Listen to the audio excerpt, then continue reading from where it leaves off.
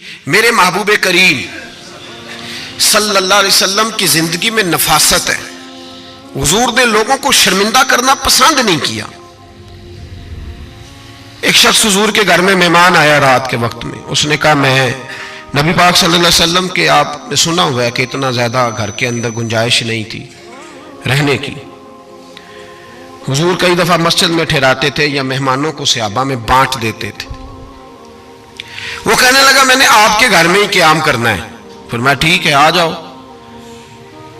صحابہ کہتے ہیں جتنا بھی 4-5 بکریوں کا دودھ سارے اہل خانہ استعمال کرتے تھے محبوب کا سارا گھرانہ وہ سارا کٹھا ہی اکیلا ہی دودھ پی گیا. سارا جتنا کھانا تھا اکیلا ہی کھا گیا.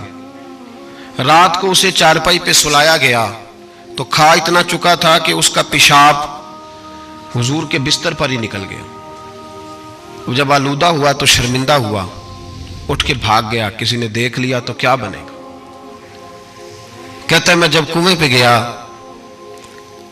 جا کے میں نے غسل کیا کپڑے دھوئے تو خیال آیا میری تو سونے کی انگوٹھی رہ گئی ہے وہاں. اب طبیعت اجازت نہیں دیتی تھی کہ وہاں لوگ کٹھے ہو گئے ہوں گے. یہاں نماز کے دوران اگر کسی کا موبائل بج جائے نا تو پکے نمازی ناراض تو نہیں ہو جائیں گے آپ لوگ. جو زیادہ پکے نمازی پکے ان سے نہیں معافی ملتی. وہ جو کچا پکا ہے بیچارہ وہ شاید کسی وقت معافی دے دے. پکے نمازی نہیں معافی دیتے. کہتے تیرا بج کیسے گیا تو نے سمجھا ہی نہیں. مجھے ایک شخص نے نا ویڈیو دکھائی. کہنے لگا جی تسی بڑی وکالت کر دیا مولویاں دا حال ویکھو. میں ڈر رہا تھا. میں نے کہا پتہ نہیں اب کیا نکلے گا. کہتے میں نے خود ریکارڈ کی ہے. تو میں نے کہا دکھاؤ. ویڈیو میں یہ تھا کہ نماز امام صاحب نے مکمل کی ہے تو دعا کے ہاتھ پھیرے ہی ہیں انہوں نے تو وہ موبائل لے کے جا رہے ہیں بار بار ٹوٹیوں کے پاس جا کے فون سننا شروع کر دیا. کہنے لگا جی یہ مولویوں کا حال ہے. نماز مکمل نہیں ہوئی فون کان کے ساتھ تو دوسرے کیسے باز آئیں گے. میں نے کہا یہ تو بہت جرم کیا اس نے. تو اس کا پھر کیا اشر کیا آپ لوگوں نے. کہتے نہیں آپ کو دکھانے لو. میں نے کہا پاگل آدمی اس کے گھر سے بھی فون آ سکتا ہے. کہنے لگا نہیں گھر تو مسجد میں ہی ہے وہاں سے کیسے فون آئے گا. تو میں نے کہا اصل میں تجھے پتہ نہیں ہو سکتا ہے اس کی بہن نے فون کیا ہو کہ خامن نے 2 تھپڑ مار کے باہر نکال دیے. تو وہ ایسا وقت ہوتا ہے جب کھڑا نہیں ہوا جاتا بات سننی پڑتی. یار معافی نہیں دیتے. ایک ایک جملے پر ایک ایک حرف پر لوگ اعتراض کریں گے. ایک ایک حرف پر کوئی گنجائش ہی نہیں. حضرت سیدنا انس بن مالک رضی اللہ تعالیٰ عنہ فرماتے ایک صحابی اپنے غلام کو مار رہے تھے تو نبی پاک پہنچ گئے. حضور نے فرمایا اسے معاف کر. اس نے کہا کتنی بار. ایک جملہ نبی پاک نے کہا تو حضرت انس کہتے ہیں میرے وجود کے رونگٹے کھڑے ہو گئے. اسے معافی دے دے. حضور کتنی بار. تو میرے نبی پاک نے فرمایا جتنی بار اللہ تجھے معافی دیتا ہے دے نا اتنی بار. وہ اگر تجھے بات بات پہ پکڑے تو تیرا کیا اثر کرے. سوچنا. اور رب زیادہ قادر ہے تجھ پر. ہم شرمندہ کرتے ہیں لوگوں چھوٹی چھوٹی باتوں پر.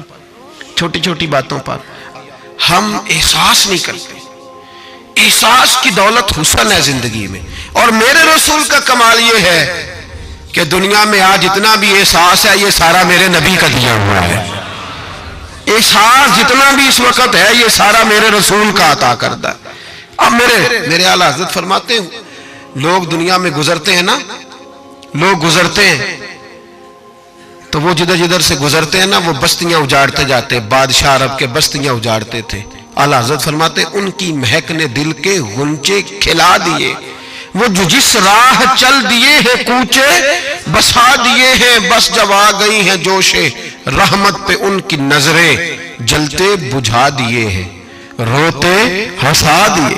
یہ کمال تھا میرے رسول پاک صلی اللہ علیہ. وہ شخص کہتا ہے میں انگوٹھی سونے کی رہ گئی تو دل میں خیال یہ تھا کہ واپس جاؤں گا تو وہاں تو حالات ہی بڑے گڑبڑ ہوں گے. لوگ اکٹھے ہوں گے شرمندگی ہوگی. میں پیشاب کر رہا ہوں بستر پہ حال بڑا سخت ہوگا. اتنے لوگوں کا سامنا کیسے کروں گا. لیکن مجبوری تھی. انگوٹھی سونے کی تھی بڑی قیمتی تھی. کہتے اس انگوٹھی کی مجبوری نے مجھے شرمندگی کا سامنا کرنے پہ مجبور کیا. اور جب میں آ کے حضور کے کمرے کے باہر کھڑا ہوا تو وہاں تو کوئی بھی نہیں تھا. اللہ کے رسول نے بالٹی میں پانی رکھا ہوا تھا اور میرے پیشاب پر پانی بہا رہے تھے. خود رسول پاک فرماتے ہیں حضور پانی بہا رہے تھے اور جب میری طرف دیکھا تو محبوب نے مسکرا کے فرمایا غسل کر لیا آپ نے. آپ کو تکلیف ہوئی جب انسان کا معدہ کمزور ہو تو ایسی چیزیں ہو جاتی ہیں، فکر نہ کریں، بیٹھے میں ناشتہ لاتا ہوں۔ کہتے ہیں حضور کے جملے تھے کہ طوفان تھا، وہ حضور کی گفتگو تھی کہ میرے اندر کی ہر چیز بجھاتی جا رہی تھی۔ تیری پہلی نظر کا وار توبہ، دل اب تک دعائیں دے رہا ہے۔ فرماتے ہیں وہ جملے تھے کہ سکتہ کر گئے، تزکیہ کر گئے، تصفیہ باطن کر گئے۔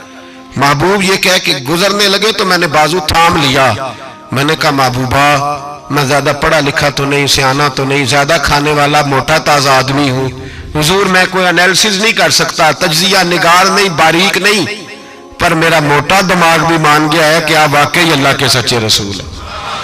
میرا موٹا دماغ بھی مان گیا ہے کہ آپ واقعی اللہ کے۔ وہ گھر گیا اور قبیلے کے ایک بندے کے پاس گیا۔ حضرت انس بن مالک کہتے ہیں جب واپس آیا تو 500 آدمی ساتھ تھا۔ کہنے لگا سونیا میں اکیلا نہیں آیا، ساری برادری سارا قبیلہ لایا ہوں اور سب کو میں نے بتایا ہے کہ دنیا میں جسے میں دیکھ کے آیا ہوں ایسا تم نے کبھی نہیں دیکھا ہوگا، جس کی میں زیارت کر کے آیا ہوں ایسا نہیں تم نے دیکھا ہوگا۔ تو محبوبہ ہم سارے آئے ہیں، پڑھائے کلمہ، ہم بھی آپ کے غلام بننا چاہتے ہیں۔ ہم شرمندہ کر کے بڑے راضی ہوتے ہیں، بڑے راضی، لوگ معافیاں مانگ رہے ہیں، منتیں کر رہے ہیں، جناب غلطی ہو گیا تو ہوئی کیوں؟ میں تو ایسا ہوں، میں نے تو کبھی نہیں کی، میری مثال دیکھ لو، میں تو، لوگ فوراً دلائل دیں گے۔ وہ بھائی کسی کو شرمندہ کر کے تجھے کیا ملے گا؟ کسی شخص کو تھوڑی دیر کے لیے جھکا کے تیرے نفس کی کون سی تسکین ہے جو حاصل ہوتی، تیرے وجود کے اندر کون سی؟ اور ناراض نہ ہونا، یہ ہر طبقے کا معاملہ ہے، جتنا کوئی اس کے نیچے ایک آدمی ہے یا 2 آدمی ہے، وہ روب ڈال کے خوش ہوتا ہے، وہ اس کو پریشان کر کے نیچا دکھا کے راضی ہوتا ہے۔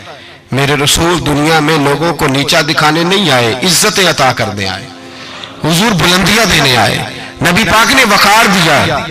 میں کبھی کبھی پریشان ہو جاتا ہوں جب لوگ آ کے کہتے ہیں نا بچی کی شادی ہے، تعاون کریں کرائیں، تو ایک سوال ذہن میں آتا ہے کہ کس پہلو سے تعاون کریں؟ بچی کی شادی پہ کھانا پکانا فرض ہے؟ بولیں تو صحیح، سنا کبھی جہیز دینا؟ کس چیز کا تعاون کریں بتائیں؟ کرنا چاہیے۔ میں اپنی بساط بھر دوستوں کی توجہ دلاتا ہوں کہ یار یہ ضروری ہے، اس کے ساتھ تعاون کریں، لیکن سوال میرا یہ ہے کہ اس میں فرض کون سی شے ہے؟ وری دینا فرض ہے، زیور ڈالنا کس بات کی؟ تعاون کس بات کا کرائیں؟ اگر کوئی ہم سے اس کا شرعی تقاضا پوچھے تو کیا جواب دیں اس کو؟ میرے پاس کوئی استفتاء لے کے آتا ہے تو میں کیا جواب دوں گا؟ اس میں کون سی شے ضروری ہے؟ پھر اگر آپ ناراض نہ ہوں تو فکرہ کہہ جاؤں، دل کرتا ہے بچی والوں سے تعاون نہ کریں، بیٹے والے جو غریب مسکین جہیز کے پیچھے بھاگ